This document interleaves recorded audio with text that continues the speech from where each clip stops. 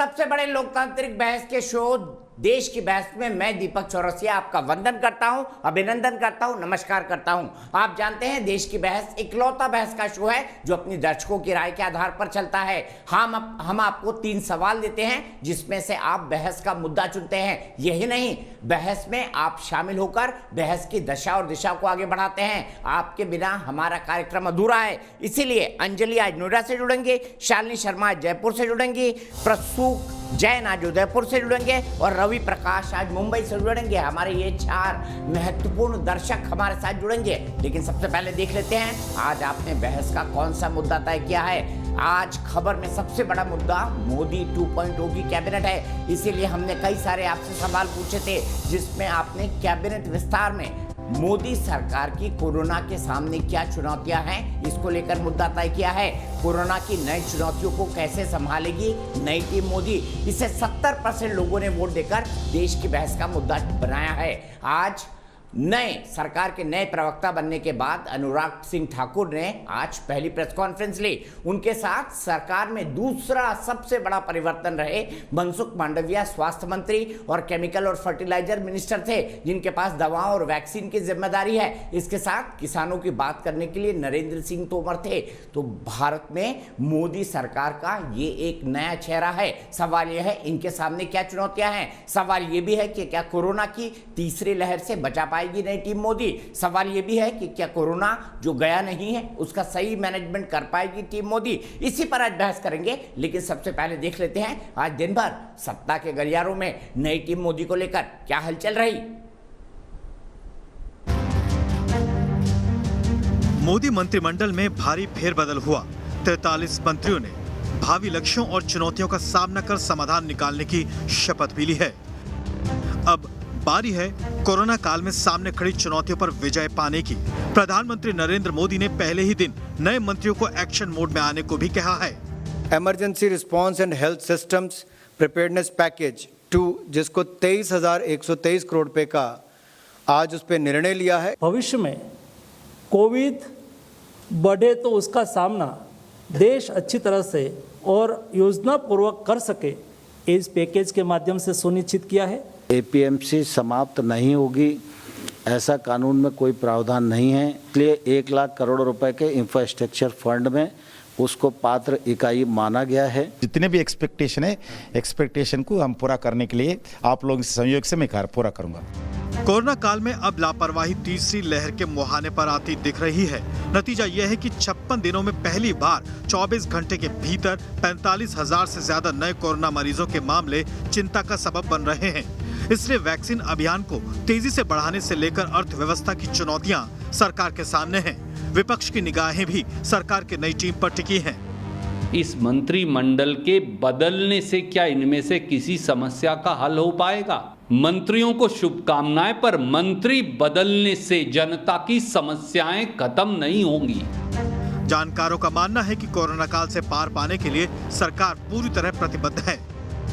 पहले ही दिन नए मंत्रियों का कार्यभार संभालना और पीएम मोदी के साफ निर्देश ये बताने के लिए काफी हैं कि खुद सरकार भी यही चाहती है कि कोई ढिलाई न बरती जाए। एसबीआई रिसर्च रिपोर्ट के मुताबिक अगस्त महीने की 21 तारीख के बाद कोरोना के मामले भी बढ़ सकते हैं। यानी तीसरी लहर के प्रहार से पहले ही सरकार को वो सब करना होगा जिसके बाद मोदी सरकार की नई टीम हर मोर्चे पर जीत हासिल करे। देश की बहस में चर्चा है कि अब नया मंत्रिमंडल फुल एक्शन में आ गया है। तो क्या उम्मीद की जाए कि कोरोना काल का अंत जल्द होगा? ठीक है, तो आज देश की बहस में हमारे साथ नुपुर शर्मा भारतीय जनता पार्टी की राष्ट्रीय प्रवक्ता जुड़ेंगी, राधिका खेड़ा कांग्रेस की राष्ट्रीय प्रवक्ता जुड़ेंगे, संजीव श्रीवास्तव बीबीसी के संपादक रहे हैं, जाने माने देश के पत्रकार हैं, वो भी जुड़ेंगे। लेकिन उससे पहले देख लेते हैं आज का सवाल क्या है। आज हमने आपसे एक बहुत महत्वपूर्ण सवाल पूछा है और उसको ग्राफिक के जरिए देख लेते हैं। आपको पता है सवाल का जवाब किस तरीके से देना है, आप जानते हैं। आप हमारी वेबसाइट पर जा सकते हैं, आप हमारे मोबाइल ऐप पर जा सकते हैं, आप हमारे ट्विटर हैंडल पर जा सकते हैं, आप हमारे फेसबुक पेज पर भी जा सकते हैं। कोरोना काल की चुनौतियों को संभालने में क्या सक्षम है नई टीम मोदी, यस और नो, इसमें आप जवाब दे सकते हैं, हाँ या नहीं में जवाब देना है। शुरुआत करता हूं। आप जानते हैं कि अगर आपका कोई राय या सुझाव है या आप शो के अंदर शामिल होना चाहते हैं तो 9711002266 पर हमें व्हाट्सएप कर दें। सबसे पहले सीधे चलता हूं राधिका खेड़ा के पास। राधिका जी बताइए, टीम मोदी क्या कोरोना काल की चुनौतियों को संभाल पाएगी? नई टीम मोदी, मैं फिर कह रहा हूं, नई टीम मोदी, प्रधानमंत्री मोदी जी ने पूरे घर के बदल डाले हैं। देखिए, सबसे पहले तो इनको भारतीय जनता पार्टी के प्रवक्ताओं को देश को ये बताने की जरूरत है क्या पुरानी टीम फेल हो गई थी? जो ये बार बार कहा जा रहा है कि नई टीम अब नए तरीके से हर भी जोश में काम कर रही है, तो क्या पुरानी टीम बिल्कुल फेल थी? क्या ये मानते हैं कि डॉक्टर हर्षवर्धन साहब, यानी कि भारत जो प्रधानमंत्री बार बार से विश्व भर में हर पटल पे ये बात के आए हैं कि भारत ने कोरोना से जंग जीत ली है? आपको याद होगा, ये हमने इस पर डिबेट भी करी थी। तो क्या जब ये बात हो रही है कि जो नए मंत्री आ रहे हैं, और इस समय अगर देश के पास ऐसे स्वास्थ्य मंत्री थे जिन्होंने इतना बढ़िया काम किया था कि हमने यूएसए को भी पीछे छोड़ दिया था, तो उनको बदला क्यों गया? उनको तो और 2-4 मंत्रालय देने चाहिए थे, उनको आपने मार्गदर्शन मंडल में भेज दिया। अगर आप कहते हैं कि रविशंकर प्रसाद जी बहुत अच्छा काम कर रहे थे, ट्विटर को उन्होंने लोहे के चने चलवा दिए थे, तो उनको क्यों चिड़िया को बाय बाय करने की जगह उनको क्यों बाय बाय कर दिया? तो ये सवाल है। तो इसका मतलब कि अगर इन सबको हटाया गया और नई मंत्रिमंडल इतना अच्छा काम करिए, इसका मतलब 7 साल से जो मंत्रालय थे, 7 साल से जो मंत्री थे, वो सब के सब विफल थे। तो ये सिर्फ मंत्रियों की विफलता नहीं है, ये उस लीडर की विफलता है जिन्होंने ऐसी टीम चुनी, उस कैप्टन की विफलता है जिन्होंने ऐसी टीम चुनी। तो सबसे पहले तो उनको इसकी जिम्मेदारी लेनी चाहिए और स्वयं इस्तीफा देना चाहिए। एक और चीज, नया मंत्रिमंडल जब आया और नए मंत्रिमंडल के पहले दिन ही देश को रिटर्न गिफ्ट मिल गया। सीएनजी के दाम 90 पैसे पर किलो महंगे हो गए, पीएनजी के दाम 29.66 रुपीज बढ़ गए, पेट्रोल के दाम 35 रुपए बढ़ गए और डीजल के 6 पैसे। बहुत ही बढ़िया गिफ्ट मिला। और इसी तरीके से अगर चलते आना और ये आने वाले समय का आगाज है, तो आप ही खुद सोच लीजिए क्या होने वाला है। ये जो पूरा के पूरा जो एक मंत्रिमंडल का इनका ड्रामा चला है। ठीक है राधिका जी, एक एक पॉइंट एक एक टाइम पर। पहले आपका सबसे पहला सवाल मैं नुपुर शर्मा से पूछता हूं, क्या पुरानी टीम फेल हो गई? क्या लीडर भी फेल हो गया? नुपुर शर्मा जी बताइए, क्या पुरानी टीम फेल हो गई? क्या उसका लीडर भी फेल हो गया? दीपक जी, आपको तमाम पैनलिस्ट और सभी दर्शकों को मेरा नमस्कार। सबसे पहले तो मैं कहूंगी कि नकवी जी ने बिल्कुल सही कहा। आज बेगानी शादी में अब्दुल्ला दीवाना वाली हालत हो रही है आज कांग्रेस पार्टी की। ये तो आज ऐसी बात कर दी राधिका जी ने कि जैसे पहली बार ऐसा हुआ है कि विस्तार किया गया है कैबिनेट के अंदर। पहली बार ऐसा हुआ है कि अब आदरणीय प्रधानमंत्री ने अपने विशेषाधिकार अनुसार अपने टीम का विस्तार किया, चाहे फेरबदल किया हो, चाहे टीम बढ़ाई हो, गठाई हो। हमें याद है अच्छी तरीके से एक एक मंत्री के पास तो 3 से 4 पोर्टफोलियो भी होते थे। ये कंप्लीटली उनका प्रेरोगेटिव है। तो लेकिन हाँ, इनको थोड़ी मचलता हो रही है। तो मैं एक सवाल पूछूंगी, हमारी टीम पे तो सवाल उठा रहे हो, हालांकि प्रधानमंत्री का विशेषाधिकार है। जरा ये तो बता लो कांग्रेस वालों, इतने सालों से तुम्हारा अध्यक्ष क्यों नहीं चुन पाया? तुम तो अपनी पार्टी का अध्यक्ष नहीं चुन पा रहे हो और हमसे बोल रहे हो कि हमने इसको क्यों चुना, उसको नहीं क्यों नहीं चुना, इसको क्यों ड्रॉप किया, इसको क्यों ये दिया।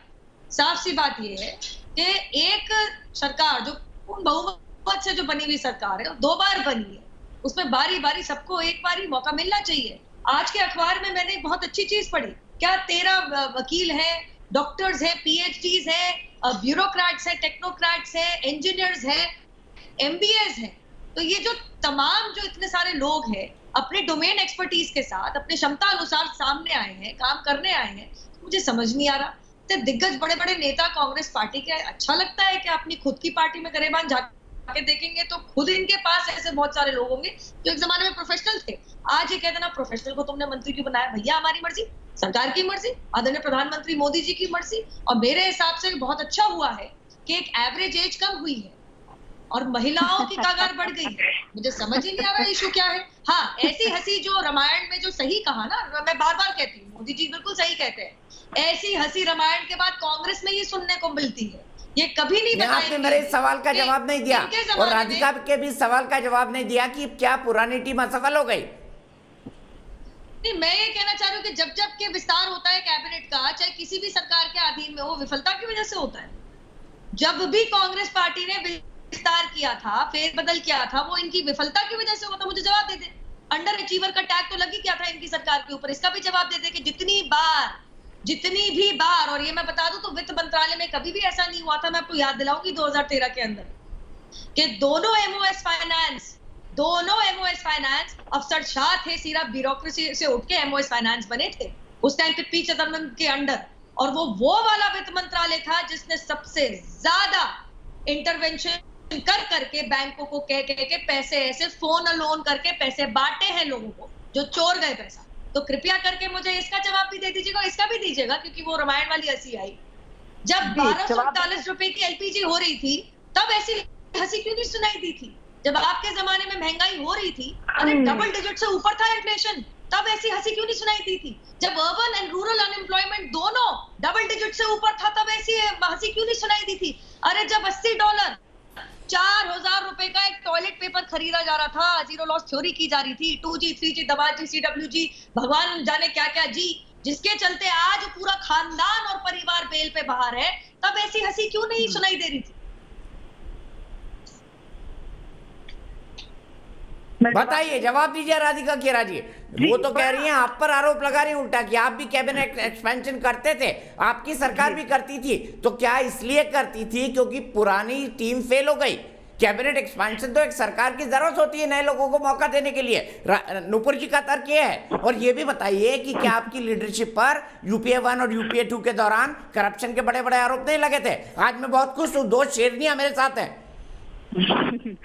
दीपक जी, सबसे हास्यास्पद स्थिति हो रखी है 2 दिन से इनके प्रवक्ताओं की। अभी ये रामायण की बात करिए, अरे आप तो राम जी और रामायण का नाम मत लीजिए, जिन्होंने भगवान राम को भी नहीं बख्शा और वहां पे भी स्कैम कर डाला, तो आप राम जी और रामायण का नाम मत लीजिए। अब बात आती है, इन्होंने कहा एवरेज एज कम हो गई है। बहन जी, एवरेज एज 58.2 है और यूपीए के टाइम पे 55 थी। अच्छे से पढ़ के आया करिए। तीसरी बात, इन्होंने कहा कि ब्यूरोक्रेट्स आ गए हैं, इतने पढ़े लिखे लोग आ गए। तो इनका कहने का मतलब है कि प्रधानमंत्री को अपने RSS के कैडर पे, अपने भाजपा कैडर पे कोई विश्वास नहीं, क्योंकि वहां पे चाहे राजेश प्रताप रूडी जी हो, चाहे RK सिन्हा साहब हो, चाहे सुधांशु त्रिवेदी जी हो, चाहे शाहनवाज भाई हो, कोई भी इनमें से कोई भी उस लायक नहीं है और ना इनके पास कोई तजुर्बा है, ना पढ़ाई लिखाई है, सबके सब फेल है। तो इसका मतलब जो आपके कार्यकर्ता नुपुर बहन भी है हमारी, इतने सालों से इन्होंने इतनी मेहनत करी और इतनी पढ़ी लिखी, इतनी सक्षम, मुझसे कहीं ज्यादा नॉलेज है, मुझसे ज्यादा पढ़ी लिखी है, तो वैसे लोग है नहीं भाजपा में। तीसरी बात, बड़े आपने गिनवा दिए, ये दाम वो दाम। मैं इतना जानती हूँ कि मैं आज में जीती हूँ और आज में 100 रुपए पार कर चुका है पेट्रोल और डीजल। दीपक जी, हमें 100 बार सोचना पड़ता है कि घर से गाड़ी बाहर निकाले के ना निकाले। आज की सच्चाई ये है कि कोरोना के वैक्सीन हमें नहीं मिल रहे। अभी भी पिछले 1 हफ्ते से मैं सेकंड अपॉइंटमेंट ढूंढने की कोशिश कर रही हूँ वैक्सीन की, लेकिन मिल नहीं रही। और अगर आप कहते हैं, मैं फिर कहती हूँ, मैंने शुरुआत में भी कहा था, अगर इतना अच्छा काम हुआ है और इस समय हम कोरोना के साथ वॉर फुटिंग पे हैं, लड़ाई लड़ रहे हैं, और इस समय जनरल जो हेल्थ मिनिस्टर, अगर वो इतना बढ़िया काम कर रहे थे, उनको बदल क्यों दिया? ये आपने कहीं पे भी पूरे विश्व में दिखा है कि कोई इतना बेहतरीन काम कर रहा है कि अमेरिका, विश्व की सबसे बड़ी पावर, अमेरिका को पीछे छोड़ दिया। अमेरिका, यूरोप सब फेल हो गए, भारत विश्वगुरु जीत गया कोरोना से जंग, लेकिन हमने अपने हेल्थ मिनिस्टर को हटा दिया। अजीब ही हरकतें हो रही है यहाँ पे। तो कहीं एक बात पे रही है, बंदर बाट करना बंद करिए। दल बदलू और डिफेक्टर्स को एडजस्ट करने के लिए ये सारी कैबिनेट रिशफल हुई है, सबको पता है। ट्रांजैक्शनल कैबिनेट का गठन हुआ है और ये बार बार आप अपने ही लोगों की, आप तो खुद संगठन से आती है नुपुर जी, आपने तो अपने ही संगठन को नीचे दिखा दिया, संगठन में कोई लायक नहीं। और एक और बहुत बड़ा मुद्दा ये बार बार सुनने को मिलता है कि बड़ी इंक्लूसिव कैबिनेट बनी है, इसमें OBC की है, SC ST वुमेन रिप्रेजेंटेशन है। अगर महिलाओं की इतनी चिंता है, 7 साल से बिल के ऊपर बैठे हुए, क्यों महिला को सदन में ले आओ, बेटी को सदन में लाने से क्या रोक रहा है? और इतनी इंक्लूसिव कैबिनेट है कि 77 मंत्रियों में आपके पास सिर्फ 1 मुसलमान मंत्री है। आपको एक भी मुसलमान, एक मंत्री से ज्यादा, वो भी माइनॉरिटी डिपार्टमेंट से ज्यादा नहीं मिला जो केपेबल हो। तो आपने खुद ही बता दिया कि कहां आप लोगों ने बंदर बाट किया और डिफ्लेक्टर्स को लाने की बात की। तो इंक्लूसिविटी की बिल्कुल बात मत करिए और ये छोड़ दीजिए किसकी हंसी क्या है क्या नहीं है। इस समय देश के आंसू आपका काम है। जो लोगों की मौतें हुई है, जिनकी पूरे परिवार वाले, गंगा मैया है, उनकी लाशें मिली, जिनको रामनवमी की चादर उनसे उठा दी गई, उनके आंसू पहुंचे। हम हंस रहे हैं, क्या हंस रहे, इसको थोड़ी, इस पे ध्यान मत दीजिए। जो देश को आपने जुड़ाया। ठीक है राधिका, सीधे यही सवाल नुपुर से रहते हैं। देखिए, सबसे पहले उन आंसुओं का हिसाब दीजिए और ये बताइए, डॉक्टर हर्षवर्धन अगर इतना अच्छा काम कर रहे थे, नुपुर तो उनको हटाया क्यों गया? बताइए, ये सवाल उठा रही है राधिका। काम तो इनके हिसाब से राहुल गांधी भी बहुत अच्छा कर रहे थे, बताइएगा जरा उनको क्यों उठा दिया अध्यक्ष पद से? लेकिन वो जवाब नहीं दे पाएंगी, ना बता पाएंगी कि अध्यक्ष पद पे कौन बैठा है आजकल, कौन चुनने वाला है। मैं इनके ऊपर वो खुद इस्तीफा देके चले गए। जरूरत नहीं है। हाँ, वो भी बहुत अच्छा इस्तीफा दिया है, तब से इनके अध्यक्ष ही नहीं बन पाए, उसका भी जवाब नहीं दिया। लाखों लोग अब राम भगवान के नाम पे मोदी जी की हिम्मत नहीं बोली, मैं गलत बोल रही हूँ, सही बोल रही हूँ, मेरे अपने समय पे बोले, ऐसे अपनी थरथराहट ना दिखाए, घबराहट ना दिखाए, अपने समय पे बोले। अब राम भगवान के नाम पे कह रही है हमने स्कैम कर दिया। बहन जी, एक प्राइवेट ट्रस्ट जिसके ऊपर ट्रेजरी बेंच का एक पैसा नहीं, कृपया बताइएगा अभी बता के कौन सी दफाएं कौन सी एक्ट के अंदर है जिसपे ये स्कैम कहा जाता है और कौन से कोर्ट कौन से थाने में मामला दर्ज है, अभी बताइएगा मुझे कौन सी दफाएं कौन से एक्ट के तहत ये मामला स्कैम कहलाएगा। ये प्राइवेट ट्रस्ट का मामला है जिसमें वाइट का एक ट्रांसफर हुआ है आरटीजीएस का, जिसमें ट्रेजरी बेंचेस किसी भी डिपार्टमेंट का कोई एक पैसा तक नहीं है, अभी बताएगा, ओपन चैलेंज है। तब तक मैं बताऊंगी कोविड की बात। हाँ भाई, बहुत ही गंदी और बहुत ही भयानक महामारी से पूरा विश्व जूझ रहा है। हाँ भाई, 1/3 मृत्यु महाराष्ट्र से हुई है। हाँ भाई, देश का सबसे ज्यादा संक्रमण महाराष्ट्र प्रदेश से आया है। हाँ भाई, 31 मई की न्यूज रिपोर्ट कहती है एक जिला महाराष्ट्र में अहमदनगर नाम का एक जिले में से 8000 बच्चे, अभी तीसरी वेव की बात ही चल रही है, 8000 बच्चे संक्रमित पाए गए हैं। लेकिन सोनिया जी संतुष्ट है क्योंकि महाराष्ट्र में कांग्रेस की कोalition सरकार है कि 22 शवों को कूड़ेदान के थैले में बांध के एम्बुलेंस में ठूस के ले जाया जा रहा है। आप लोग संतुष्ट हैं। वो ये भी संतुष्ट है कि मुफ्त की टीका पंजाब के अंदर उद्योगपतियों को 200-250% के इंक्रीज रेट पे बेचा जा रहा है। आप लोग संतुष्ट हैं। राजस्थान के अंदर कैसे टीकों की बर्बादी की जाए, चाहे वो फेंके जा रहे हो चाहे वो गाड़े जा रहे हो। आप संतुष्ट है। बीड़ के अंदर, महाराष्ट्र के अंदर 8 शवों को, संक्रमित शवों को एक के ऊपर एक चिता पे जला दिया गया। आप संक्रमण की बात कर रही है तो बता दीजिएगा महाराष्ट्र में क्या कर लिया कंट्रोल करने के लिए। तीसरी बात, देखिए मैं दोबारा कहूंगी, मेरी पढ़ाई अपनी पढ़ाई अपने घर में रखिए, जरा सोनिया जी की पढ़ाई जरूर बताइएगा, साथ में राहुल जी की भी जो पढ़ाई है नहीं है भगवान जाने क्या है, उसके ऊपर भी थोड़ा सा अगर आप गौर तलब करती तो आज बिना अध्यक्ष के आपकी पार्टी नहीं चल रही होती। लेकिन हम ऐसी व्यक्तिगत टिप्पणी नहीं करते हैं। आज हम ये पूछना चाह रहे हैं कि आप आज ये बता दीजिएगा, जब 2013 के अंदर आप में प्याज जैसी चीज 130 रुपए किलो बिक रही थी, प्याज जैसी चीज कांग्रेस की सरकार के अधीन, तब आपने खून के आंसू रुला दिए थे लोगों को। लेकिन आप प्रेजेंट में रहती है तो मैं आपके प्रेजेंट का ही सवाल पूछ लेती हूँ, आपका अध्यक्ष शाकिर खान है कौन? जवाब दे दूं? चलिए, बहुत अच्छी बात है गिनवाई। ठीक है, ये सवाल मैं राधिका से जरूर पूछूंगा, लेकिन उससे पहले संजीव भाई, दोनों में से किसका आर्गुमेंट सबसे जबरदस्त लग रहा है बताइए, आज जज बन जाइए आप। दीपक, देखिए हमारी दोनों बहनें, दोनों शेरनियां लड़ रही हैं अपनी विचारधाराओं के साथ। बात दरअसल ये है कि दो बातें हैं कि आप कांग्रेस के कितनी भी गलतियां गिनवाइए, कांग्रेस देश में सत्ता नहीं चला रही है, ना वो देश में सरकार है उसकी, तो जवाबदेही आज उनकी नहीं हो सकती। 7 साल बाद भी अगर हम कांग्रेस से सवाल पूछते रहे तो ठीक है, वो राजनीतिक रूप से सही हो सकता है, लेकिन जनता के गले वो एक सीमा के आगे शायद बात नहीं उतरेगी। दूसरी बात, बिल्कुल प्रधानमंत्री का विशेषाधिकार है और कई बहुत अच्छे कैबिनेट मंत्री नए लिए गए, जैसे वैष्णव हैं जो इतने टेक्निकली हाईली क्वालिफाइड है। बट इस सवाल से भी सरकार भाग नहीं सकती कि देखिए कैबिनेट रिशफल होते रहते हैं, लेकिन ये बहुत मेजर सर्जरी हुई है। मुझे 3-4 दशक में जितने पत्रकारिता का अनुभव, कोई हो सकता है ध्यान नहीं आ रही हो बात, लेकिन शायद पहली बार ऐसा हुआ है कि 12 सिटिंग मिनिस्टर्स एक साथ सैक हुए हैं, जिसमें से 7 कैबिनेट रैंक के थे, तो और उसके अंदर 3 तो बहुत ही महत्वपूर्ण थे। एक आपके लॉ एंड जस्टिस, बिल्कुल सही कहा सर आपने, बिल्कुल सही कहा संजू भाई, रविशंकर प्रसाद। दूसरा आपका जो मैसेंजर था, इमेज जो पूरी छवि सरकार की, स्पोक्स पर्सन I&B का मिनिस्टर प्रकाश जावड़ेकर। और तीसरा जो जिस महामारी से जूझ रहे हैं आप, उसका जनरल हर्षवर्धन, डॉक्टर हर्षवर्धन। अगर वो तीनों हटा दिए गए तो कहीं ना कहीं कोई प्रवक्ता कुछ भी कहे, सरकार कुछ भी कहे, और उनका राइट है, अगर वो परफॉर्म नहीं कर रहे थे अच्छा तो उनका रिप्लेसमेंट होना चाहिए। भाई इनाम तो मिला नहीं है उनको हटा के, तो उनका एक फेलियर तो उसमें निहित है ही, कहीं को रिप्लेस किया गया। तो डेफिनेटली थोड़े अनकंफर्टेबल सवाल है, लेकिन उसको मानना चाहिए क्या उनकी परफॉर्मेंस अब तक मार्क नहीं किया। अपना नेक्स्ट स्टेप जो है, आगे एक कदम है, वो बेहतर रखने के प्रयास में ये कैबिनेट सफल हुआ है। और जनता देखेगी, देश देखेगी आने वाले समय में कि ये वाली कैबिनेट किस तरह से परफॉर्म करती है। और जितने सच में राष्ट्रभक्त लोग होंगे उन सबका ये कामना होगी, क्योंकि सरकार हमारी है, देश की सरकार है, कि अच्छी परफॉर्म करे, अच्छी तरक्की हो, अच्छी कोरोना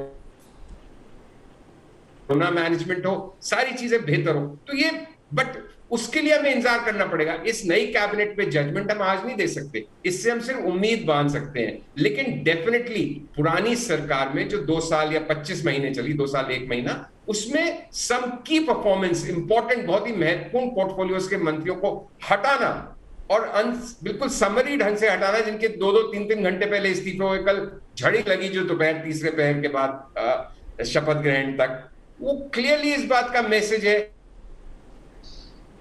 कि वो उस तरह से काम नहीं कर रहे थे जिस तरह से प्रधानमंत्री चाह रही थी। उनकी अपेक्षाओं पे खरे नहीं उतर रहे थे, और अगर खरे नहीं उतर रहे थे तो आपकी इसी बात को मैं आगे ले जाऊंगा, लेकिन इस वक्त मेरी एक दर्शक अंजलि नोएडा से जुड़ चुके हैं। संजय भाई, आपके इसी सवाल को पूछूंगा कि क्या जरूरत पड़ी कि आपने 4 हेवी वेट जो सरकार के चेहरे थे, जो सरकार की बातों को जनता तक पहुंचाते थे, वो जनरल जो कोरोना से लड़ रहा था, उसको क्यों उठाया? वाजिब सवाल है। लेकिन उससे पहले अंजलि नोएडा से मेरी एक दर्शक जुड़ गई हैं। अंजलि, क्या कहेंगी इस कैबिनेट विस्तार के बारे में? क्या आपको लगता है कोरोना की तीसरी लहर से लड़ पाएगी ये कैबिनेट, मोदी जी की जो नई कैबिनेट है?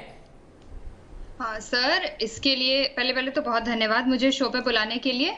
और मैं जो अभी नई कैबिनेट बनी है, इससे हम लोग, जैसी बात है अभी जो मेंशन किया गया कि हम इन पे जजमेंट फिलहाल पास नहीं कर सकते, इनसे केवल उम्मीदें रख सकते हैं कि अभी तक हमने जो पॉलिसी पैरालिसिस देखी, चाहे वो जीनोम सीक्वेंस, जो न्यू स्ट्रेन की जीनोम सीक्वेंसिंग में देरी की गई थी, या वैक्सीन की दूसरे देशों में ऑर्डर प्लेस करने की देरी की गई थी, ऑक्सीजन और रेमडेसिविर जैसे मेडिसिन, इंपॉर्टेंट मेडिसिन हैं, या फिर हॉस्पिटल स्टाफ्स पे जो अलग अलग डॉक्टर्स हैं उनके प्रोटेक्शन में जो कमी की गई थी, इन सारे में किस तरीके की बदलाव आएगी। और जो अभी मेंशन भी किया गया था कैबिनेट ब्रीफिंग में कि हम लोग बच्चों पे जो हमारे नए हेल्थ मिनिस्टर हैं, उन्होंने बताया कि हम लोग बच्चों पे ज्यादा ध्यान देना चाहते हैं, उनको कोविड से बचाना चाहते हैं। उसके लिए फिर 23,000 करोड़ रुपए का पैकेज भी दिया गया, आर्थिक पैकेज जो अभी अनाउंस किया गया है, लास्ट ईयर भी एक अनाउंस हुआ था।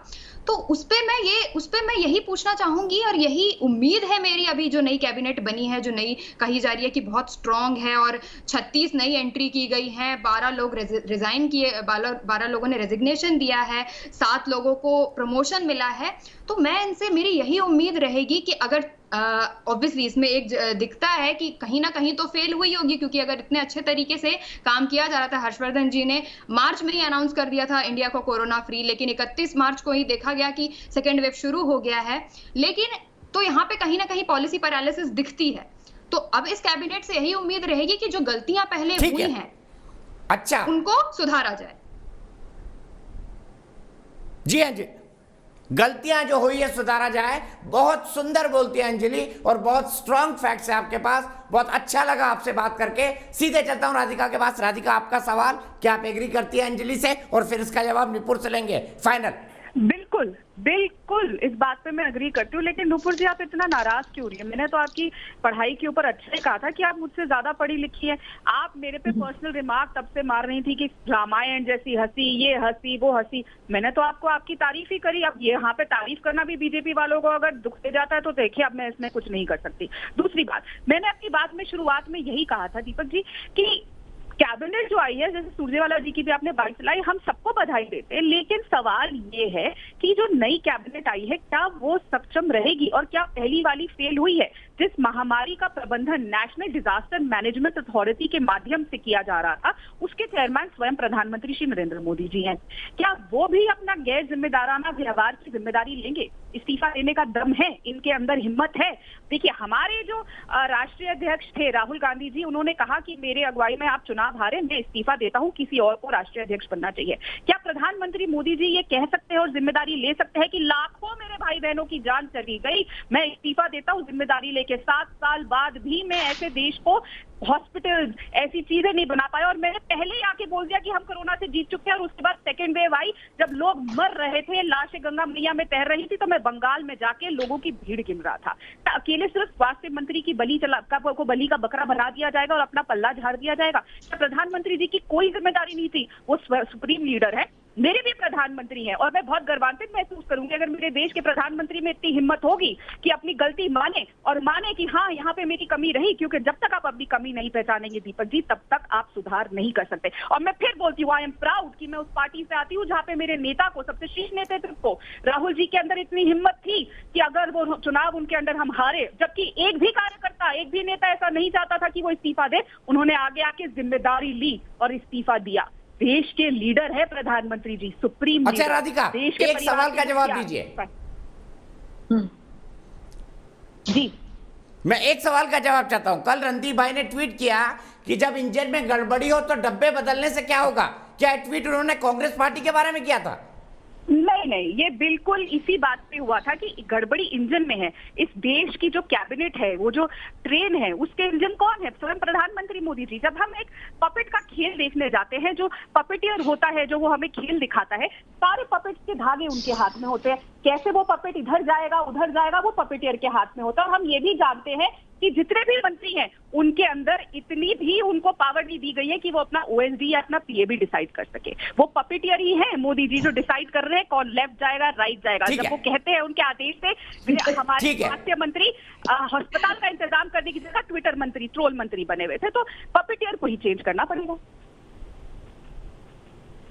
मैं जवाब दे सकती हूँ दीपक जी? पपेटियर को चेंज कर दे। नुपुर जी ये बताइए, इनका कहना है कि भाई हमारे इंजन में कोई गड़बड़ी नहीं, सब गड़बड़ी आपके इंजन में है, डब्बे तो आपने बदल दिए, इंजन क्यों नहीं बदला?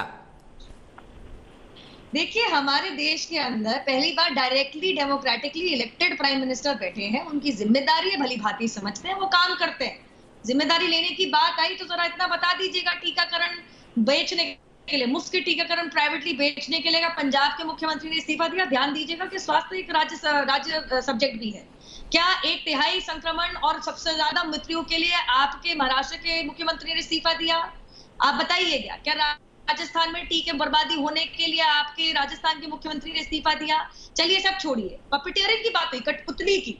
देखिए दीपक जी, इससे मुझे बहुत ध्यान आया, आज the buck stops here with the prime minister, जो डायरेक्टली डेमोक्रेटिकली इलेक्टेड लोकसभा में और उत्तर प्रदेश से ही है। जरा मैं पूछना चाहती हूँ, क्या इतनी जो जलन है, इतनी मचलता है, और इसीलिए है क्या कांग्रेस पार्टी को? क्योंकि अब वो सरकार नहीं है जो प्रधानमंत्री तो कोई और, लेकिन जवाबदेही 10 जनपद पे। क्या इनको इसलिए इतनी इरिटेशन है क्योंकि अब वो सरकार नहीं है कि सरकार में कौन सा मंत्री किस गद्दी पे बैठेगा, किस पोर्टफोलियो के साथ पे बैठेगा? ये प्रधानमंत्री और कैबिनेट और सीनियर लीडरशिप का निर्णय होता है। किसी को आंखों आंख कानों कान खबर तक नहीं होती। लेकिन वही कांग्रेस यूपीए की सरकार के दौरान दलाल और चंद पत्रकार, देखिए कैसे हंसी, कहीं ना कहीं कमीशन तो नहीं आई, दलाल और चंद पत्रकार आपस में रेडियो पे बात करके, मैं बात कर लूं अपनी प्लीज, हंसी तो आपको इस बात पे आई ना कि आपके सारे मंत्रीगण एक पत्रकार और एक दलाल ने फोन पे बात करके डिस्कस करके बना लिए थे। मतलब कठपुतली, मतलब यूपीए कांग्रेस की सरकार केवल एक कठपुतली थी दलालों के हाथ की। आप इस बात पे हंसी हैं, मैं तो आपसे ही सवाल पूछ रही हूँ। ये तो सार्वजनिक बात है कि कांग्रेस और यूपीए की सरकार के अधीन मंत्री जो बने थे, कौन से पद पे बैठेंगे, किस पोर्टफोलियो पे बैठेंगे, क्या उनको कार्यकाल मिलेगा, क्या जिम्मा मिलेगा, ये निर्णय तो चंद पत्रकार और दलालों के बीच के बातचीत की मोहताज रह गई थी। आज की सरकार अलग है, काम करना भी पड़ेगा, अकाउंटेबिलिटी रहेगी, but will stop at the prime ministers desk, not at a non constitutional non ministerial worth holding 10 JP। ये जरूर ध्यान दीजिएगा और इसके बारे में जरा जवाब भी दीजिएगा।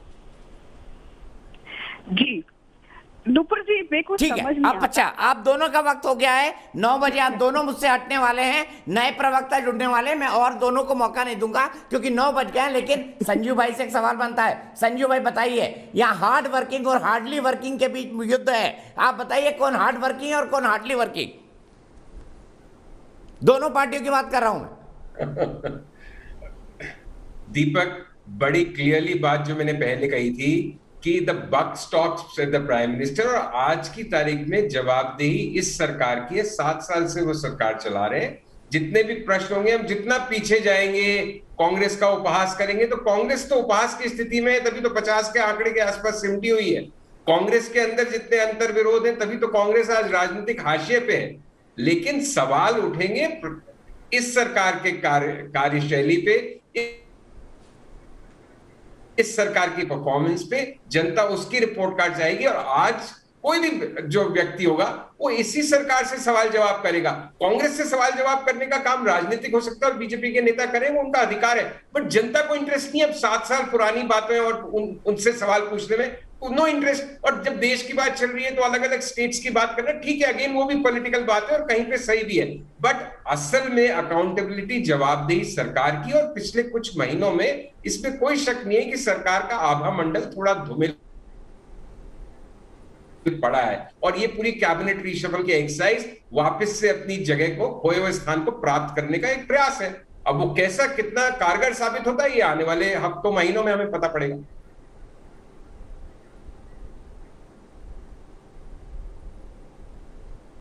ठीक है, अब मेरे साथ नया पैनल जुड़ेगा भारतीय जनता पार्टी से। गुरु प्रकाश जी जुड़ गए। और गुरु प्रकाश जी, संजीव जी का बहुत सीधा सवाल है और संजीव जी आप जुड़े रहिए थोड़ी देर और मेरे साथ। गुरु प्रकाश जी से इसका जवाब लेते हैं।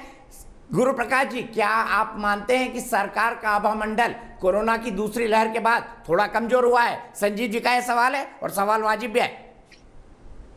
देखिए दीपक जी, सबसे पहले हमें यह समझने की आवश्यकता है कि एक अप्रत्याशित संकट था, एक अनप्रेसिडेंटेड क्राइसिस था। तो मुझे लगता है कि इस क्राइसिस में भी कोई अगर इस आपदा में अवसर निकाल ले तो ये तो बड़ा दुर्भाग्य है और ये बहुत बड़ी विडंबना है।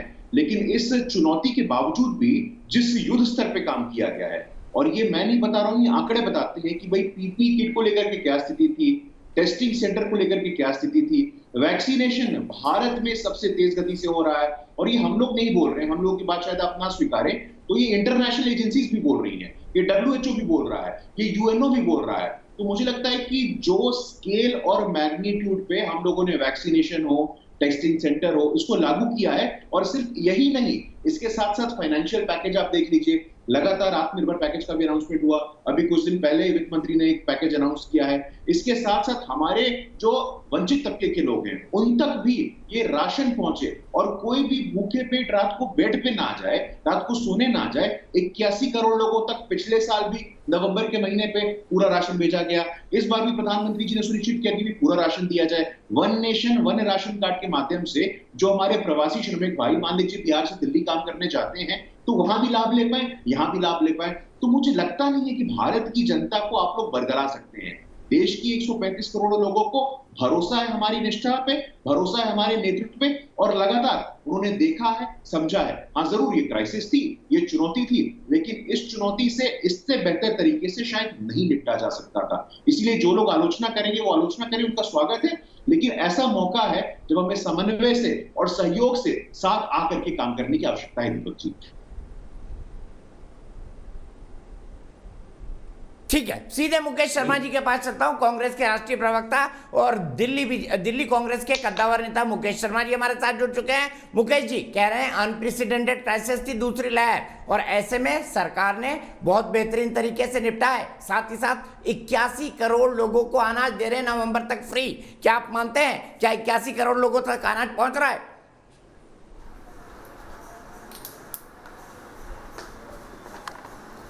हेलो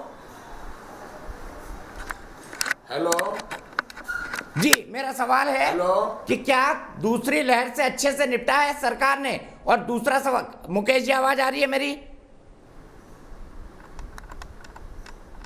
आवाज कम आ रही है, मुझे आवाज नहीं आ रही है। ठीक है, मुकेश जी का कनेक्शन ठीक करते हैं, तब तक संजीव जी के पास चलते हैं। संजीव जी बताइए, इनका कहना है अनप्रेसिडेंटेड क्राइसिस थी लेकिन सरकार ने फिर भी बहुत बेहतर तरीके से निपटा है। आप एग्री करेंगे गुरु प्रकाश जी से? इसमें कोई शक नहीं है कि अनप्रेसिडेंटेड क्राइसिस थी और आज हम सरकार की कितनी भी आलोचना करें हाइंडसाइट में, पीछे मुड़ के देखकर, लेकिन ज्यादातर देश, सत्तारूढ़ पार्टी, विपक्ष, ज्यादातर पत्रकार, ज्यादातर एक्सपर्ट्स सब एक तरह से तैयार नहीं थे इस जबरदस्त तरीके से दूसरी लहर आएगी, ऐसा आभास नहीं था, चाहे कुछ लोगों को दिख। लेकिन उनकी बात में, बीजेपी प्रवक्ता साहब की बात में विरोधाभास जरूर है। अगर उनकी सरकार ने बेहतरीन प्रदर्शन किया तो उस बेहतरीन प्रदर्शन का जिसको हार पहनाना चाहिए था, जिसको पुष्पमालाएं पहना के उसके अभिनंदन किया जाना चाहिए था, उस स्वास्थ्य मंत्री को हटा क्यों दिया गया? दीपक जी मैं बताना चाहता हूं, ठीक है, यही सवाल है तो गुरु प्रकाश जी से। गुरु प्रकाश जी बताइए, जिसने बेहतरीन प्रदर्शन किया उस स्वास्थ्य मंत्री को हटा क्यों दिया आपने? संजीव जी भी मान रहे कि अनप्रेसिडेंटेड क्राइसिस थी, सरकार ने निपटा उससे, किसी को आशंका नहीं थी। अरे सवाल ही नहीं खड़ा होता है, सवाल ही नहीं खड़ा होता है। इन दो चीजों को नेसेसरीली साथ में जोड़ करके देखने की क्या आवश्यकता है? अंग्रेजी में बहुत सरल कहावत है Deepak ji, change alone is changeless, परिवर्तन ही अपरिवर्तनीय है। तो अगर पार्टी संगठन दूसरी पीढ़ी के नेताओं को खड़ा कर रही है, सेकेंड जनरेशन ऑफ लीडरशिप को खड़ा कर रही है, अब आने वाले समय में मुझ जैसे 32 साल की युवा को पार्टी ने मौका दिया कि भाई आप जाकर के राष्ट्रीय प्रवक्ता बनिए, तो इसमें बुराई क्या है? आखिरकार पुराने लोग, ठीक है, पुराने लोगों का अनुभव का लाभ उठाया जाएगा, उनको संगठन में बैठाया जाएगा, लेकिन जानबूझ करके इस कैबिनेट रिशफल को स्वास्थ्य मंत्रालय को और कोविड से जोड़ करके देखना, मैं इसको इनअप्रोप्रिएट मानता हूं और इसको मैं गलत मानता हूं। देखिए, ये जानबूझ करके इसलिए कहा जा रहा है कि ये बहुत बड़ा तबका है जिसको आपत्ति है, मैं स्पष्ट बोल रहा हूं, जिसको आपत्ति है कि आखिरकार 12 लोग अनुसूचित जाति से, 8 लोग अनुसूचित जनजाति से, 27 ओबीसी से, 11 महिलाएं से, वो त्रिपुरा जहां से आज तक कोई कैबिनेट में नहीं आया था, वो नॉर्थ ईस्ट जहां से आज तक कोई विदेश मंत्री बना ही नहीं था, तो मुझे लगता है बहुत लोगों को ये बात पच नहीं रही है। 2014 उससे पहले कुछ लोगों की मठाधीशी थी, तब लोगों को बहुत आनंद आता था, लेकिन 2014 के बाद सबका साथ, सबका विकास और सबका विश्वास, तो जो कैबिनेट रिशफल हुआ है ये सबका साथ दर्शाता है। और मुझे नहीं पता है क्या दिक्कत होती है। दिक्कत दीपक जी ये है कि 2014 के पहले कुछ एक दो पत्रकार, तथाकथित वरिष्ठ पत्रकार, तथाकथित बुद्धिजीवी, वो बैठ करके आपस में विभागों का बंटवारा कर लिया करते थे। अब किसी को कानो कान खबर नहीं लग रही है, देश के पिछड़े वर्गों तक उनको शासन और प्रशासन में भागीदारी मिल रही है, तो कुछ लोगों के पेट में दर्द होना स्वाभाविक है। जहां तक भाई साहब का प्रश्न है, मुझे लगता है कि परिवर्तन ही अपरिवर्तनीय है, चेंज अलोन इज चेंजलेस। जब तक आप पुराने खेप को हटाएंगे नहीं तो नया खेप आगे कैसे आएगा? वो चाहे संगठन हो चाहे सरकार हो। अभी मैं देख रहा था भारतीय जनता पार्टी ने तमिलनाडु में प्रदेश अध्यक्ष नियुक्त किया है कि अन्नामलाई जी को, तो अब आप बोलेंगे कि भाई पुराने लोग ही रहते, तो नया fresh blood, fresh vision, fresh imagination, energy, enthusiasm, experience और एक्सपर्टीज, इन चारों चीजों की जरूरत है। ठीक है, मुकेश शर्मा जी के पास चलते हैं। मुकेश शर्मा जी, उनका कहना है हर्षवर्धन जी ने बेहतरीन काम किया था, लेकिन नई पीढ़ी को आगे लाना है, इसलिए नई पीढ़ी को मौका दिया गया है। उनकी असफलता नहीं थी, लेकिन नई पीढ़ी को मौका देने के लिए परिवर्तन किया है। आप क्या बीजेपी प्रवक्ता के इस तर्क से सहमत है? मैं दीपक जी पहले तो आपका धन्यवाद करता हूं कि आप बहुत वरिष्ठ पत्रकार हैं, कम से कम आज हिंदू मुस्लिम से बाहर निकलकर ये सकारात्मक डिबेट करवा रहे हैं आप, आपका धन्यवाद, आपको सैल्यूट। मैं एक बात बड़े अदब के साथ कहना चाहता हूं, हर्षवर्धन जी मेरे साथ 15 साल विधायक रहे दिल्ली विधानसभा में। मुझे भाजपा के प्रवक्ता से और प्रधानमंत्री जी से एक सवाल पूछना है कि यदि हर्षवर्धन जी, पूरी सरकार कहती रही कि सरकार ने कोरोना में बहुत अच्छा काम किया, नड्डा जी भी कहते हैं काम किया है, तो हर्षवर्धन जी को जिस तरीके से बेइज्जत कर मंत्रिमंडल से निकाला गया है, या तो सरकार इस बात को एक्सेप्ट करे कि कोरोना काल में सरकार पूरे तरीके से फेल रही है, जो गंगा किनारे लाशों के अंबार लगे हुए थे वो सरकार का निकम्मापन था, लोगों को दवाई, बेड और ऑक्सीजन नहीं मिला, उसके लिए सरकार जिम्मेदार थी, और वो सारा ठीकरा केवल एक आदमी को, प्रधानमंत्री जी को बचाने के लिए डॉक्टर हर्षवर्धन पर वो ठीकरा फोड़ दिया गया। मैं दूसरा सवाल ये करना चाहता हूं कि आप दीपक जी बहुत वरिष्ठ पत्रकार हैं, आप मेरे भाई की तरह हैं, मैं आपको आज कहना चाहता हूं बड़े अदब के साथ, जिम्मेदारी के साथ, क्योंकि आप भक्त नहीं हैं, आप पत्रकार, आप अंधभक्त नहीं हैं, आप अपने टेलीविजन चैनल पर एक पोल करवाएं। इस देश की मांग है कि देश के प्रधानमंत्री बदले, ना कि मंत्रियों को बदलने की जरूरत थी। आज देश प्रधानमंत्री को बदलने की मांग कर रहा है, जिस प्रधानमंत्री की वजह से आज पेट्रोल के दाम आसमान में चले गए हैं, जिस प्रधानमंत्री की वजह से आज डीजल के दाम आसमान में चले गए हैं। और अगर हर्षवर्धन अच्छा काम कर रहे थे तो अशोक प्रधान जो पेट्रोलियम मिनिस्टर थे, जिन्होंने आज आसमान के अंदर पेट्रोल डीजल के दाम बढ़ा दिए, नए मंत्री साहब ने भी दिल्ली को सीएनजी और पीएनजी देश को रेट बढ़ाकर जो आज नए मंत्रिमंडल ने तोहफा दिया है, उसके लिए धन्यवाद करना चाहता हूं मोदी साहब आपका। सवाल इस बात का है कि आपने धर्मेंद्र प्रधान को शिक्षा मंत्री लगा दिया, इसका मतलब शिक्षा को भी आप गरीबों की पहुंच से दूर करना चाहते हैं। आखिर आप चाहते क्या हैं? अरे जनाबे अली, आज इंजन को बदलने की जरूरत थी, ठीक है, आपने डब्बे बदल दिए। आप एक प्रधानमंत्री की नाकामी को छिपाने के लिए, ठीक है, सीधे यही सवाल गुरु प्रकाश जी से पूछते हैं। गुरु प्रकाश जी बताइए, प्रधानमंत्री को बचाने के लिए आपने बेइज्जत करके डॉक्टर हर्षवर्धन को निकाल दिया, यह कहना है मुकेश शर्मा जी का, कांग्रेस के राष्ट्रीय प्रवक्ता का। मुकेश जी जवाब ले लेते हैं आपके सवाल का। जैसे आदमी को जलील कर दिया है। नहीं देखिए मुकेश जी, जरा सुन लीजिए मुकेश जी, आप बहुत वरिष्ठ नेता हैं, और आपको हम लोग बहुत ही ध्यानपूर्वक सुन रहे थे, बहुत ही गंभीरता पूर्वक सुन रहे थे। आमतौर पे आप संवेदनशील बातें करते हैं, लेकिन आज सतही बातें लग रही हैं आपके शब्दों से मुझे। हर्षवर्धन जी से ये आपका अचानक ये जो प्यार जागा है, इसके पीछे का क्या कारण है हमको समझ में आ रहा है। आप प्रधानमंत्री बदलने की बात करते हैं, भाई 135 करोड़ लोगों, 135 करोड़। अब आप बीच में बोले मैं आपसे युवा हूँ, मैं आपसे बेहतर चिल्ला सकता हूँ, लेकिन मैं चिल्लाऊंगा नहीं। मैं आपसे कम उम्र का हूँ, लेकिन मैं चिल्लाऊंगा नहीं, क्योंकि मैं आपका आदर करता हूँ। मैं आपसे कम उम्र का हूँ, लेकिन मैं बीच में हस्तक्षेप भी नहीं करूंगा, ना मैं चिल्लाऊंगा, क्योंकि मैं आपका आदर करता हूँ। मैं नहीं चिल्लाऊंगा, ना मैं बीच में आपको डिस्टर्ब करूंगा, क्योंकि मैं आपका आदर करता हूँ। ध्यानपूर्वक सुनिए, जरा सुनने का भी धैर्य रखिए सर। यही दिक्कत है आपके संगठन के साथ, आप लोग आत्ममंथन नहीं करते, बीच में हस्तक्षेप करते हैं। भाई पूरा देश देख रहा है मुकेश जी, आप वरिष्ठ नेता है, हम लोग आपका बहुत आदर करते हैं। तो हर्षवर्धन जी के प्रति जो आपका ये प्रेम जागा है, ये पूरा देश देख रहा है। कर लीजिए आप दीपक जी डिबेट करने के मूड में नहीं है, लड़ने के मूड में आए। मैं इनसे युवा हूं, मैं बेहतर चिल्ला सकता हूं, लेकिन मैं चिल्लाऊंगा नहीं, क्योंकि मेरे संस्कार ऐसे नहीं। अच्छा मुकेश भाई सुन लीजिए ना, गुरु प्रकाश जी का तर्क सुन लीजिए, मैं फिर आपके पास आऊंगा। सारा देश ये कह रहा है नरेंद्र मोदी जी ने पूरी सरकार का अपहरण कर रखा है, सारे मंत्री रबर की स्टैंप हैं, जो आपने हेल्थ मिनिस्टर बनाया है वो अपने ट्वीट डिलीट करते घूम रहा है, सोशल मीडिया पर फजीयत हो रही है। आप आखिर इस देश को ले जाना कहां चाहते हैं? हो गया सर आपका, अब मैं बोल लूं, अब मेरी बारी अगर आपकी आ गया हो तो। धन्यवाद सर। देखिए ऐसा है कि जानबूझ हाँ बिल्कुल मुकेश भाई बोलने दीजिए, गुरु प्रकाश जी को बोलने दीजिए, जवाब देने दीजिए।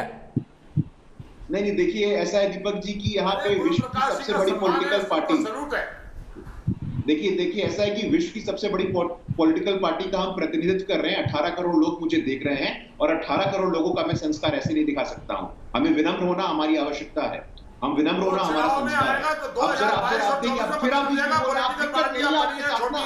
आप बोलते रहिए, मैं नहीं बोलूंगा, आप बोलते रहिए। ये दीपक जी ऐसे नहीं होता है। हम लोग आते हैं, हम लोग तर्क के आधार पे आते हैं, तथ्यों के आधार पे आते हैं। आप लगातार बोल रहे हैं, आप बोलते रहिए, आपका आदर करते हैं, हम सम्मान करते हैं, आपको बोलने का मौका दिया था, आप फिर बोल रहे हैं। आप जरा थोड़ा धैर्य रखिए, थोड़ा गंभीरता का परिचय दीजिए। बार बार आप ये कहते हैं प्रधानमंत्री जी के ऊपर प्रश्न चिन्ह खड़ा करते हैं। अरे भाई, जिस पार्टी ने 2019 के बाद अपने पूर्णकालिक अध्यक्ष का चुनाव नहीं कर पाए हो, आप लोग ये नहीं तय कर पाए हैं कि इस पार्टी का अध्यक्ष कौन होगा। कोई फुल टाइम प्रेसिडेंट नहीं है, कोई फुल टाइम पॉलिटिकल पार्टी का प्रेसिडेंट नहीं है, और ये आकर के हमें सीख दे रहे हैं। आप हमें सीख दे रहे हैं, आप जानबूझ करके कोरोना की राजनीति करते हैं, आप जानबूझ करके लाशों की राजनीति करते हैं। प्रधानमंत्री कांग्रेस पार्टी के नहीं है, यही आपका स्वभाव है, यही आपका स्वभाव है। आप लाशों पर राजनीति करेंगे, मैं आराम से नहीं, आप कांग्रेस का प्रधानमंत्री थोड़ी ना है देश में, आपका प्रधानमंत्री आपकी पार्टी का में डाल दिया है, दुनिया में डंका बज रहा है फेलियर का आपकी। ठीक है, अच्छा प्लीज दोनों से रिक्वेस्ट है, एक एक करके राहुल देव जी, संगीत रागी जी और विवेक श्रीवास्तव जी मेरे साथ जुड़ गए। मुकेश भाई उनको कंप्लीट करने दीजिए, 30 सेकंड और गुरु प्रकाश जी। नहीं आप मुझसे क्यों रिक्वेस्ट करें दीपक जी, आप मुझसे रिक्वेस्ट करिए ना, मैं तो शांतिपूर्वक सुन रहा था। उनसे रिक्वेस्ट करना चाहिए आपको, आप मुझसे रिक्वेस्ट कर रहे हैं। उनसे ही करा, मुकेश भाई से रिक्वेस्ट किया मैंने। हाँ, जो पार्टी पूर्णकालिक अध्यक्ष नहीं चुन पा रही है, मेरे पास भी आर्गुमेंट था, मैं बोल सकता था। कांग्रेस पे क्यों चले जाते हैं बार-बार, आप अपना रिपोर्ट कार्ड की बात करिए। सेकेंड वेव में सबसे ज्यादा मौत महाराष्ट्र में हुई है, और महाराष्ट्र में किसकी सरकार है हम जानते हैं। महाराष्ट्र में किसकी सरकार है हम जानते हैं, उसकी जिम्मेदार मोदी सरकार है। आपके खिलाफ चिल्लाते रहिए। थोड़ा पानी पीजिए, थोड़ा पानी पीजिए मुकेश जी, थोड़ा पानी पीजिए, थोड़ा पानी पीजिए मुकेश जी, थोड़ा पानी पीजिए आप, ये लीजिए पानी पीजिए, थोड़ा पानी पीजिए, आपका रक्त बढ़ जाएगा, थोड़ा ब्लड प्रेशर बढ़ जाएगा आपका। आप जाइए अपने अध्यक्ष को चुनिए। महाराष्ट्र में 1 तिहाई मौतें हुई थी, महाराष्ट्र में 1 तिहाई मौतें हुई थी, कौन जिम्मेवार है उसके लिए? महाराष्ट्र में मौतों के लिए कौन जिम्मेवार है? बंद करो। मुकेश भाई ये तो सच है, आपकी पार्टी अपना अध्यक्ष नहीं चुन पा रही है। मुकेश भाई ये तो सच है, आपकी पार्टी अपना अध्यक्ष नहीं चुन पा रही है। कम से कम मोदी जी में मंत्रिमंडल बदलने का मादा तो है। प्रधानमंत्री मोदी की बात करिए ना, और बीजेपी अपना रिपोर्ट कार्ड पेश करे। बार बार डिस्कशन कांग्रेस पे क्यों चला जाता है? अपना रिपोर्ट कार्ड पेश करें, रिपोर्ट कार्ड पेश करें। नरेंद्र मोदी जी का रिपोर्ट कार्ड 0 है, 0। इस देश अच्छा, मैं सबको रोक रहा हूँ, विवेक श्रीवास्तव के पास जाऊंगा। उनके पेट में दर्द है आज। शालिनी शर्मा मेरी एक दर्शक जयपुर से जुड़ गई है। शालिनी क्या कहेंगी? नमस्कार दीपक जी। क्या नई टीम मोदी कोरोना के संकट से जूझ पाएगी? नमस्कार Deepak ji, thank you very much कि आपने मुझे बुलाया। मैं अपने सारे पैनलिस्ट को भी नमस्कार कहना चाहती हूँ, और जो ये प्रोग्राम देख रहे हैं उन सबको मेरा नमस्कार। अब ये मैं सबकी बातें सुन रही थी। अब आप बताइए कि अगर आपने कैबिनेट में फेरबदल किया है तो लोग इससे नाराज हैं कि भाई क्यों फेरबदल किया? अगर फेरबदल नहीं करते तो नाराज होते हैं क्यों नहीं किया? एक चीज है कि change is the only thing which is constant. आपको हर टाइम परिवर्तन करना पड़ेगा, परिवर्तन ही सच्चाई है, असलियत है।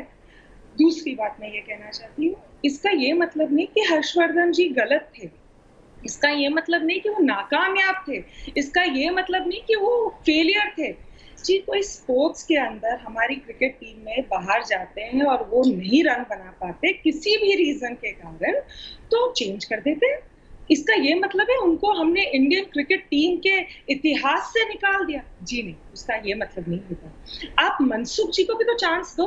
अभी तो 3rd वेव आने वाली है अगस्त के अंदर, आप मनसुख जी को भी चांस दो। आपको क्या पता, आपको इन द सेंस मैं किसी एक इंडिविजुअल की बात नहीं कर रही हूँ, इन जनरल बात कर रही हूँ। आपको क्या पता है कि वो उनकी काबिलियत कम होगी? हर्षवर्धन जी को निकालने का मतलब या चेंज करने का मतलब ये बिल्कुल नहीं है कि उनकी काबिलियत पे किसी ने संशय किया है या क्वेश्चन मार्क किया है। उसका ये मतलब है कि Modi ji as a prime minister is the person. वो समझते हैं कि परिवर्तन होना चाहिए। अगर आप अपना प्रोग्रेस कार्ड बताओगे, जैसे स्कूल में बच्चे जाते हैं यूनिट टेस्ट से टीचर्स बताती हैं कि सेमेस्टर के अंदर उनको कितने मार्क्स मिलेंगे। हर यूनिट टेस्ट के अंदर आपको अपने आप को प्रूव करना पड़ेगा, अपने आप को बेटर साबित करना पड़ेगा। मगर ह्यूमन बींग्स के एक लिमिटेशन होता है, कभी कभी ह्यूमन बींग से भी एरर हो सकता है। वो एक इंसानी है, एक व्यक्ति है, दूसरे को चांस दिया। आपको तो खुश होना चाहिए ये देख के कि इतनी सारी महिलाओं को चांस दिया। आपको तो ये देख के खुश होना चाहिए कि बीजेपी ने Narendra Modi is not my prime minister, Narendra Modi is not prime minister of BJP. वो प्राइम मिनिस्टर है हमारे पूरे देश के, वो इंडिया के प्राइम मिनिस्टर है। उनको 130 करोड़ जनता ने चुना है। आप कह रहे हो कि उनको निकाल दे? उनको क्यों निकाल दे? अगर आपका नेता शेर है तो जितने भी लोग उनके अंडर काम कर रहे हैं उनमें वो ज़ील आती है, उनमें वो एंथुसियाज्म आती है, उनमें वो शक्ति आती है कि वो शेर के साथ कंधे से कंधा लड़ाने की कोशिश करे। और मैं बिल्कुल इस चीज को गलत नहीं मानती। मैं तो ये मानती हूँ कि उन्होंने महिलाओं को चांस दी। हम हमेशा शस्त्र बहुत खूबसूरत बोलती हैं शालिनी जी। बस यहीं रोकूंगा आपको। बात बोलने की नहीं, बात बोलने की नहीं है, बात समझने की है। बस यहीं रोकूंगा आपको। बात ये है कि ये सच्चाई है। बहुत खूबसूरत बोलती हैं आप जी। जी, परिवर्तन प्रकृति का नियम है। राहुल देव जी, शालिनी जी किस बात से सहमत है आप? निश्चय ही, और परिवर्तन तो होना ही चाहिए। परिवर्तन ठीक दिशा में हो, सही कारणों से हो, और इसका हमेशा स्वागत है। और जो भी लोग आज इस परिवर्तन पर आपत्ति कर रहे हैं, मेरी तो ये बात समझ में नहीं आती। परिवर्तन कैसा है इस पर बहस होनी चाहिए, लेकिन परिवर्तन क्यों हुआ? अभी जो हमारे मित्र बहुत ज़्यादा उत्तेजना में हैं, मैं पहली बार उनको सुन रहा हूँ, मुझे थोड़ा दुख हुआ वो की शैली सुनकर। किसी को बोलने नहीं दे रहे थे। मैं आशा करता हूँ कि कम से कम मुझे नहीं टोकेंगे बीच में। उनसे सिर्फ ये निवेदन है कि ये आपकी निजी राय है या कुछ लोगों की राय हो सकती है कि प्रधानमंत्री पूरी तरह नाकाम रहे। प्रधानमंत्री केवल एक मंत्रालय नहीं संभालता, मंत्रालय प्रधानमंत्री केवल 1, 2, 3, 4 मंत्रालय नहीं संभालते।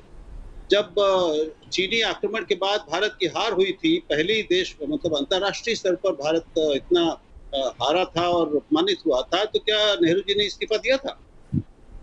ऐसा नहीं होता है। और एक लीडर बनाने का मतलब क्या है कि वो नेहरू से तुलना ना करें। एक हर चीज के लिए नेहरू को जिम्मेदार ना करें सर आप।